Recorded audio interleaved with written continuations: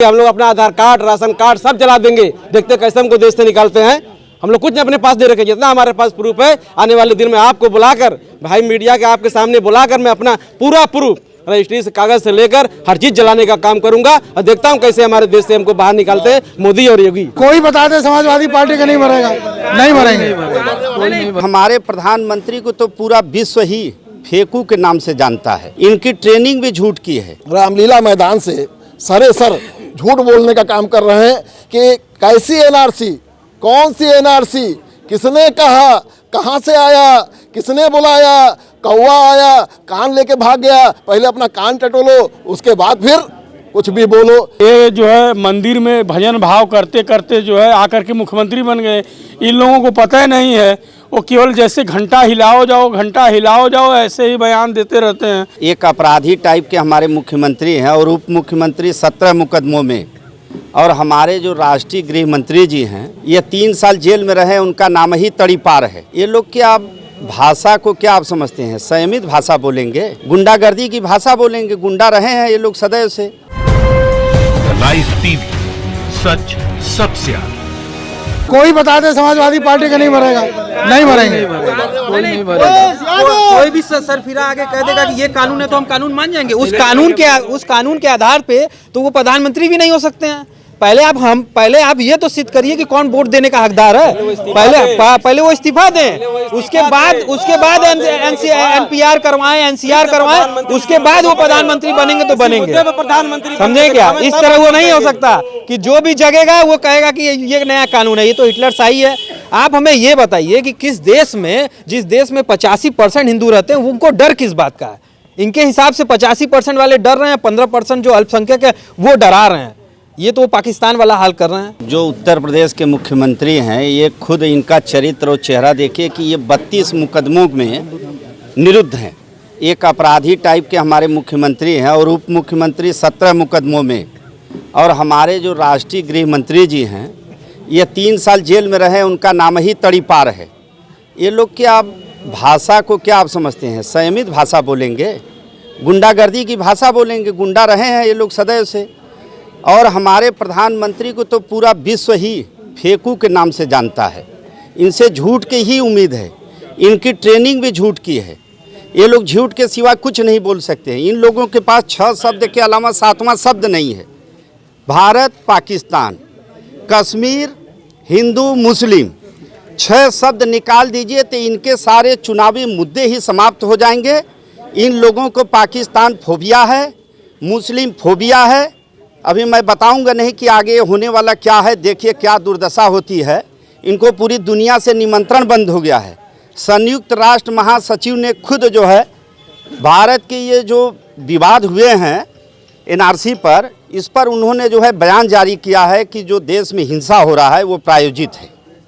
हमारे देश के मुख्यमंत्री, प्रधानमंत्री, ये सब जितने लोग हैं ये खुद ही आरोपी हैं, अपराधी हैं। इनसे क्या उम्मीद करेंगे? रामलीला मैदान से सरे सर झूठ बोलने का काम कर रहे हैं कि कैसी एनआरसी, कौन सी एनआरसी, किसने कहा, कहां से आया, किसने बुलाया, कौवा आया, कान लेके भाग गया। पहले अपना कान टटोलो, उसके बाद फिर कुछ भी बोलो। माननीय प्रधानमंत्री जी, जब सदन के अंदर लोग बोलते हैं तो आप वहां उपस्थित नहीं रहते।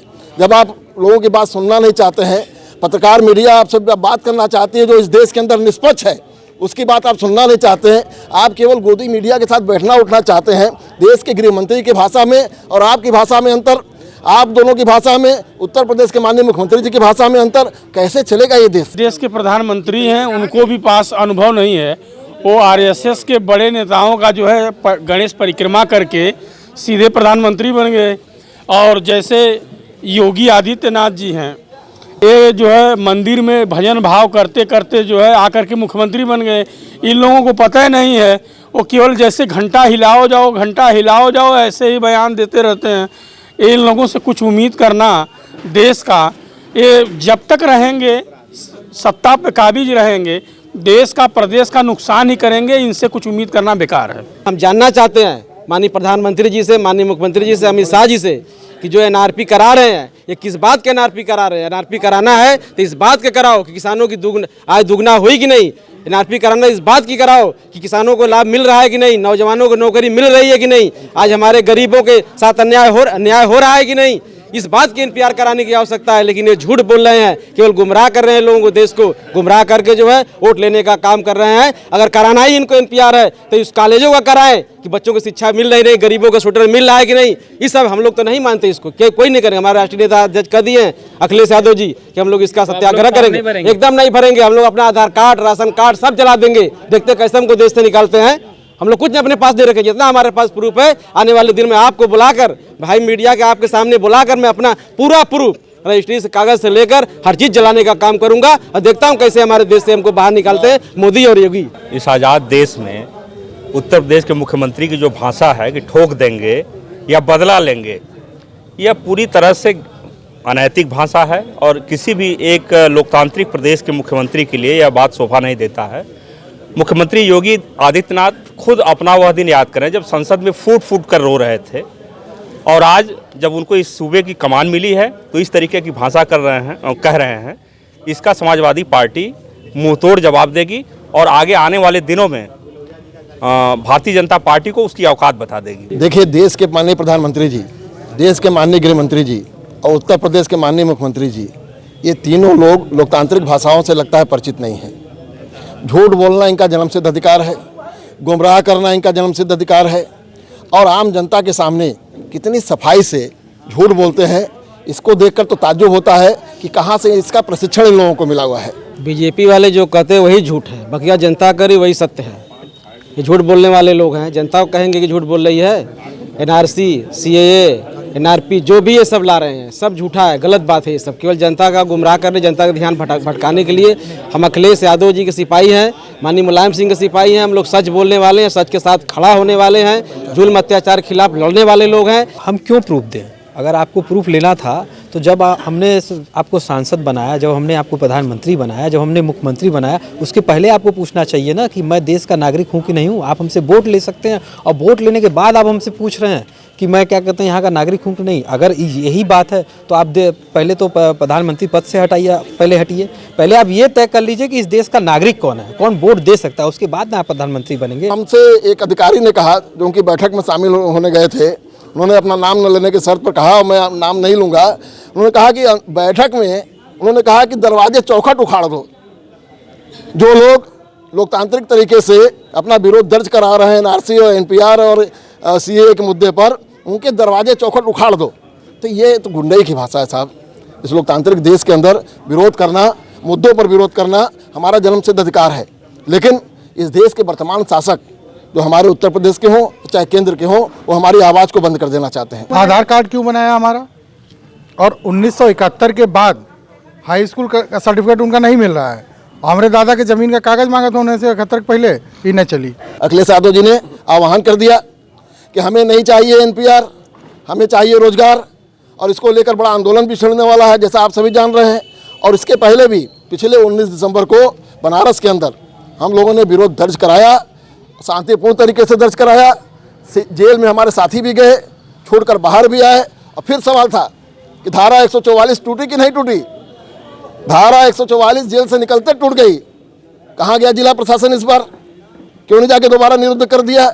लेकिन कहीं न कहीं से इस देश के अंदर लोकतांत्रिक तरीके से विरोध दर्ज कराने वाली आवाज़ को दबाने और कुचलने की जो मंशा है, वो मंशा अब सफल होने वाली नहीं है। इनसे ये आप मत पूछिए कि बेरोजगारी कहाँ गई, 2 करोड़ नौकरियाँ कहाँ गई, महंगाई कहाँ गई, गैस का दाम कहाँ बढ़ गया, पेट्रोल का दाम बढ़ गया, ये मत पूछिए आप सिर्फ देशभक्ति, मंदिर और गाय गोबर में ही परेशान रहिए। अगर हम आईना दिखाने की कोशिश करते हैं किसी और को, सबसे पहले उस आईने के सामने हम खुद खड़े होते हैं। जब हमारे हाथ में आईना आता है तो जब हम उस आईने में अपना चेहरा देख रहे हो, मुझे अगर अपना चेहरा दागदार दिखाई देता है तो पहले अपने चेहरे की दाग को पोंछना चाहिए, तब हम दूसरे के चेहरे पर लगे हुए दाग को पोंछने की कोशिश करें।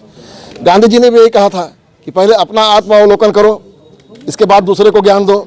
इस देश के अंदर देश के माननीय प्रधानमंत्री जी जो मंचों से बोलते हैं तो लगता है कि बहुत बड़े एक महाविज्ञानी और ज्ञानी व्यक्ति अपना भाषण दे रहे हैं, लेकिन जब उसे चरितार्थ करते हैं सच्चाई की कसौटी पर तो सब सारी चीज़ें बिखर जाती हैं। कहीं न कहीं से माननीय योगी जी से हम यही कहेंगे कि आप उत्तर प्रदेश के मुख्यमंत्री हैं, उत्तर प्रदेश इस देश का सबसे बड़ा सूबा है। आप अपने मुखरबिंद से जो भी बोलें वो सच्चाई और कसौटी पर खरा उतरने लायक हो, और जो बोलें उसके पहले अपने आप को भी आत्मावलोकित कर लें कि हमारे द्वारा क्या कार्य किए जा रहे हैं, किन नामों पर हम अपना नाम चढ़ा रहे हैं, कौन से काम पूर्ववर्ती सरकार के मुख्यमंत्री श्री अखिलेश यादव जी ने किए हैं, उनके ऊपर नाम चढ़ा रहे हैं। भारत के निज़ाम के पद पर बैठे हुए हमारे प्रधानमंत्री जी का ये बेहद अलोकतांत्रिक और बेहद दुर्भाग्यपूर्ण बयान है। इस तरीके की भाषा का चयन भारत में नहीं होता था। इसके पहले भी पूर्व में प्रधानमंत्री रहे हैं, लेकिन बहुत गरिमा होती थी और यह पद सर्वोच्च पद होता है। पूरा देश उनकी भाषा में एक मैसेज देखता है। लाइव टीवी, सच सबसे आगे।